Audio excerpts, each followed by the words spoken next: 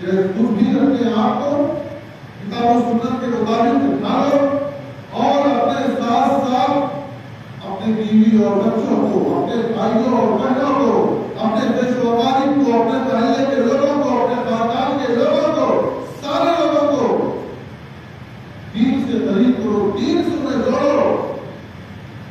یہ اللہ رب العالمین نے ہمیں تعلیم کی اور اللہ رب العالمین نے تمام کے تمام لوگوں کو ذمہ دار بنایا ہے۔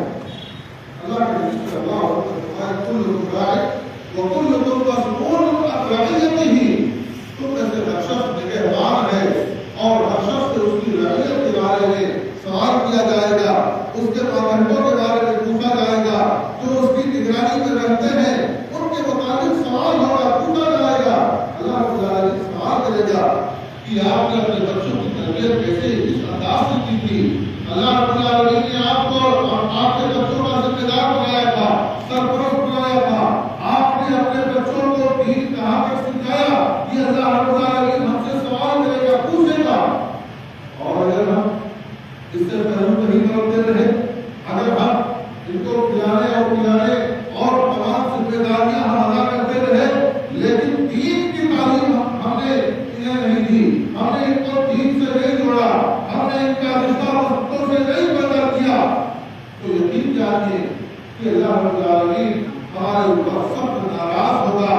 اور اللہ کے نبی صلی اللہ علیہ وسلم نے فرمایا ہے کہ جو بھی بندہ، یہ اللہ رب العالمین نے جس بندے کو بھی ذمہ دار بنایا ہے اور اپنی ذمہ داری صحیح طور سے نہیں نبھاتا تو اللہ تعالیٰ ایسے لوگوں پر جنت کو حرام کر دیتا ہے، جنت حرام ہو جاتی ہے۔ اللہ کے نبی صلی اللہ علیہ وسلم نے فرمایا ما من عبد يسرعه الله رعية يموت يوم يموت وهو غاصب لرعيته إلا حرم الله عليه الجنة۔ جو بھی بندہ ذمہ دار بنایا جاتا ہے اور وہ اپنے ماتحتوں کے ساتھ کرتے کرتے دھوکہ کرتا رہتا ہے، یعنی ان کی صحیح طور سے تربیت نہیں کرتا، ان کو دین سے قریب نہیں کرتا، ان کو دین کی تعلیم نہیں دلاتا ہے، ان کے ایمان کو مضبوط نہیں کرتا ہے، تو اللہ تعالیٰ ایسے لوگوں پر جنت کو حرام کر دے گا، جنت حرام ہو جائے گی۔ بہت سنگین مسئلہ ہے۔ آج ہم اپنی اولاد سے غافل ہو جاتے ہیں، آج ہم اپنی اولاد سے بے نیاز ہو جاتے ہیں، ان کو دنیا بھر کے سارے علوم سکھانے کی کوشش کرتے ہیں، ساری چیزوں کے بارے میں روکتے ہیں، لیکن ہم نے دین سے قریب کرنے کی کوشش نہیں کرتے ہیں۔ آج حالات خراب سے خراب تو ہوتے جا رہے ہیں، بہت سارے مسائل ہمارے سامنے ہیں، دشمن ہمارے بچوں کا انتظار کر رہا ہے، وہ کام پہ لگا ہوا ہے، کب ان کے ایمان کو اچک لے، کب ان کو ان کے ایمان سے دور کر دے، اس کے لیے وہ کام پہ لگا ہوا ہے اور کوشش کر رہا ہے اور کسی حد تک کوشش میں کامیاب بھی ہے۔ کتنے ایسے لوگ ہیں ہمارے، کتنے ایسے بچے ہیں، کتنے ایسے نوجوان ہیں جو دین اسلام سے اپنے رشتے کو توڑ رہے ہیں اور جو دوسرے گھر میں دوسرے مذہب میں داخل ہو رہے ہیں، کہیں شادی بیاہ کے نام پر، کہیں تعلیم کے نام پر، کہیں اور روپے اور پیسے کے نام پر، کہیں کسی اور نام پر۔ ہمارے بچے دوسروں کے آلے دار بنے ہوئے ہیں، دوسروں کے گھروں میں یا دوسروں کے مذہب میں داخل ہو کر کے ان کا حصہ بن رہے ہیں۔ یہ اس میں ہماری اور آپ کی کمی ہے، اس لیے کہ ہم نے اپنے بچوں کے ایمان کو مضبوط کرنے کی کوشش کی، ہم نے اپنے بچوں کے ایمان کو مضبوط نہیں کیا، جبکہ ہماری ذمہ داری تھی کہ ہم اپنے بچوں کے ایمان کو مضبوط کرتے، ان کے دلوں میں اللہ اور اس کے رسول صلی اللہ علیہ وسلم کی محبت کو پیدا کرنے کی کوشش کرتے، ان کے اندر کے دلوں کے اندر اللہ اور اس کے رسول صلی اللہ علیہ وسلم کی محبت کو ہر درجہ ہم دیتے، تاکہ وہ ادھر ادھر نہ بہنے پائے، ان کی کہیں ہوئی باتوں میں وہ نہ آنے پائے۔ کہ ہماری اور آپ کی کوشش ہونی چاہیے کہ ہم اپنے بچوں کے دل میں ایمان کو مضبوطی کے ساتھ قائم کر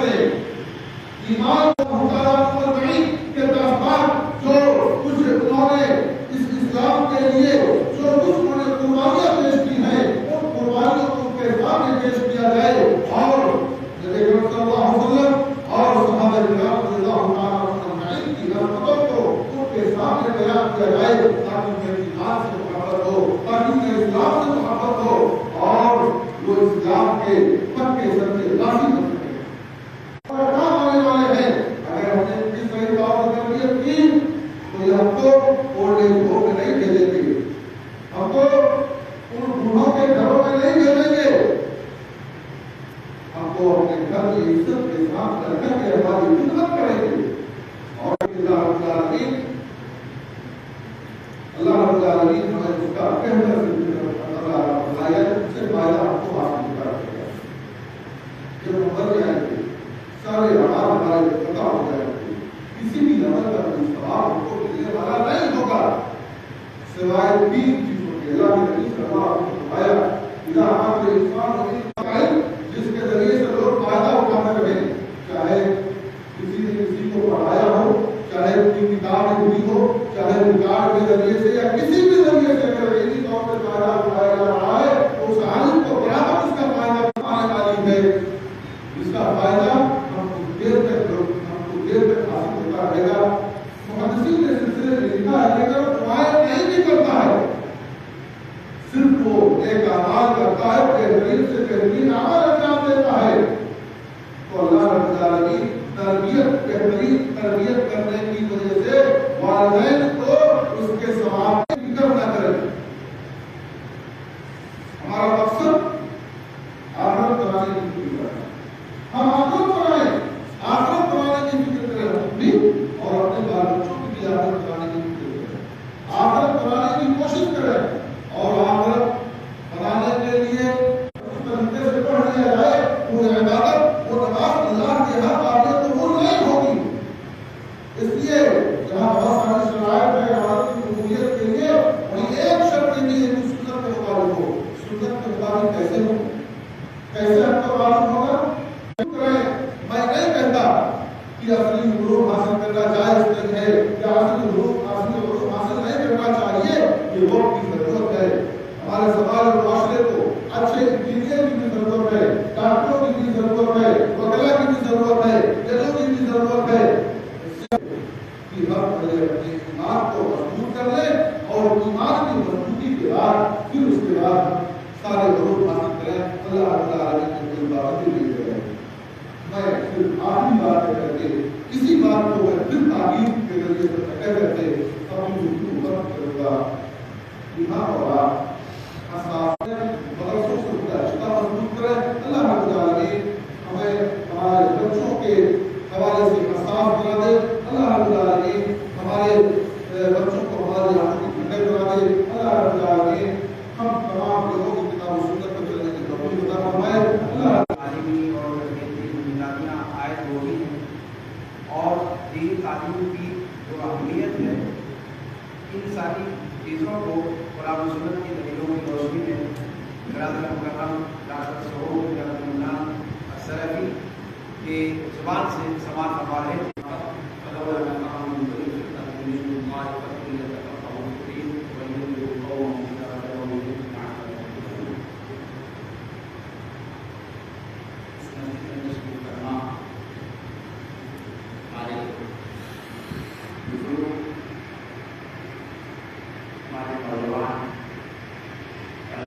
مدرسہ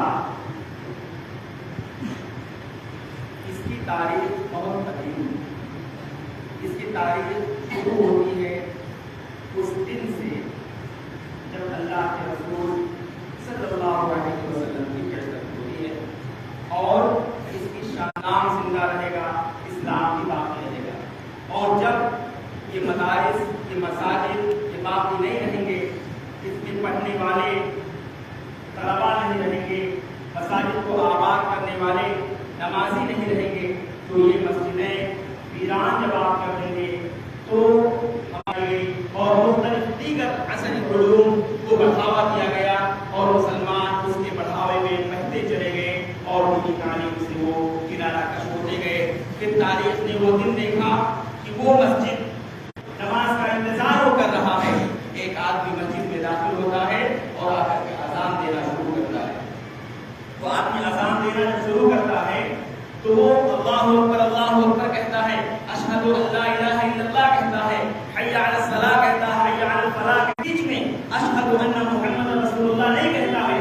وہ مسافر آدمی جو نماز کے انتظار میں تھا اس نے توڑ دیا, روک دیا اور کہا کہ آپ کے اذان میں خلل ہے, کلمات میں خلل ہے, آپ نے مکمل اذان نہیں دیا ہے, آپ نے اشہد ان محمد رسول اللہ نہیں کہا ہے, آپ کے اذان میں کمی ہے. تو میں کیسے کہہ دوں اشہد ان محمد رسول اللہ؟ تاریخ نے ایسے واقعات بھی دیکھے ہیں.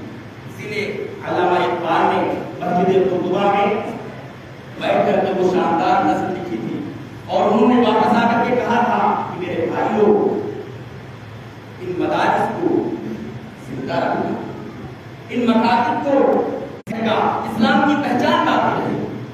میرے بھائیوں اس لیے ضرورت ہے جہاں موجودہ دور میں جب کہ ہم مادیت کے پیچھے پڑ کر کے ہم عصری تعلیم کے پیچھے ہی مکمل طور سے بھاگ رہے ہیں اور ایسے لوگ جو دینی تعلیم حاصل کریں ایسے مدارس میں اس کو داخل کریں جہاں کا منہج مضبوط ہو، جہاں کے اساتذہ معتبر ہوں، جہاں کی تعلیم ٹھوس ہو، ایسے مدارس کا ہم انتخاب کریں.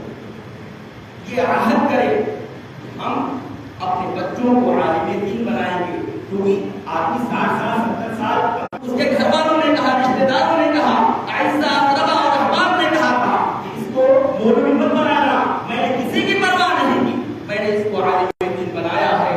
کل آپ اس کا فائدہ دیکھیں گے کہ جب آپ اس دنیا سے چلے جائیں گے آپ کے اعمال کا سلسلہ منقطع ہو جائے گا. جب آپ کے اعمال آپ کے ثواب کا ثواب محترم حاضرین کی وجہ سے علم دین کا سیکھنا یہ ہم پر فرض عین ہے. ہمیں چاہیے کہ ہم دینی علوم کی جو مبادیات جو ابتدائی باتیں ہیں ہم اس کو سیکھنا رکھے گا. زمانے کی کتنے بھی خلاف آج نہ چلے لیکن وہ اپنے تشخص کو، اپنی پہچان کو وہ برقرار رکھے گا. وہ کبھی اپنے ایمان کا سودا نہیں ہونے دے گا، وہ ہمیشہ اپنے دینی تشخص کو برقرار رکھے گا. تو چاہیے کہ ہم کم از کم ابتدائی شوق سے کالج میں پڑھو، پارک میں جھولو، جائز ہے غباروں پہ اڑو، چرخ پہ جھولو، بس ایک سخن بندے عاجز کی رہے یار اللہ کو اور اپنی حقیقت کو نہ بھولو. تو آج کے ہمارے اس وقت کا پیغام یہ ہے کہ ملک میں تعلیمی بیداری لائی جائے. خاص طور سے جو دینی اعتبار سے جو پسماندہ ہیں اپنا نیک کردار ادا کریں اور لوگوں کو مدارس سے مکاتب سے جوڑیں. اور ان کے روشن مستقبل ایسا نہیں ہے کہ مدارس سے پڑھ کر کے آپ کے بچے کا مستقبل روشن نہیں ہوگا. بہت روشن مستقبل ہے، اتنا روشن مستقبل ہے کہ آپ سوچ بھی نہیں سکتے. کیونکہ اصل میں مادیت کا دور ہے، ہر چیز میں آدمی رزق کے بارے میں سوچتا ہے کہ کہاں سے کمائے گا، کہاں سے کمائے گا. قرآن کہتا ہے تقویٰ کے ساتھ آپ ہوگے، اللہ سے ڈرتے رہو گے تو آپ کو دوسریاں وہاں سے ملے گی. ایسے کہ اللہ رب العالمین ہم تمام کو نیک کام کرنے کی اللہ رب العالمین میں توفیق دے. اللہ رب العالمین ہمارے قیام کو، ہمارے صیام کو، ہمارے جملہ عبادات کو اللہ رب العالمین کو فرمائے اور آنے والے رمضان کے ایام میں ہمیں مزید در مزید عبادت کی توفیق عطا فرمائے. کام دیوالی جامعہ اسلامیہ مسلمیہ رمضان الرحمن کے اہتمام اور لومڑی پردیش مدرسہ بورڈ کے نائب صدر سابق جنہوں نے 6 سال تک نائب صدر کا عہدہ سنبھالا، مدرسہ بورڈ لومڑی پردیش میں قائم کیا اور ساتھ میں راشٹریہ مدرسہ سنگھ کے عمومی ناظم عمومی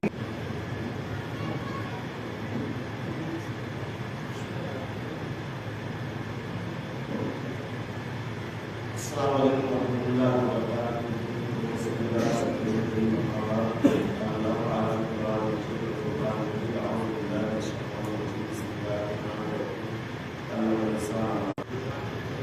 ہمیں بس مختصر میں اپنی بات کرنی نکلنا پڑ رہا ہے.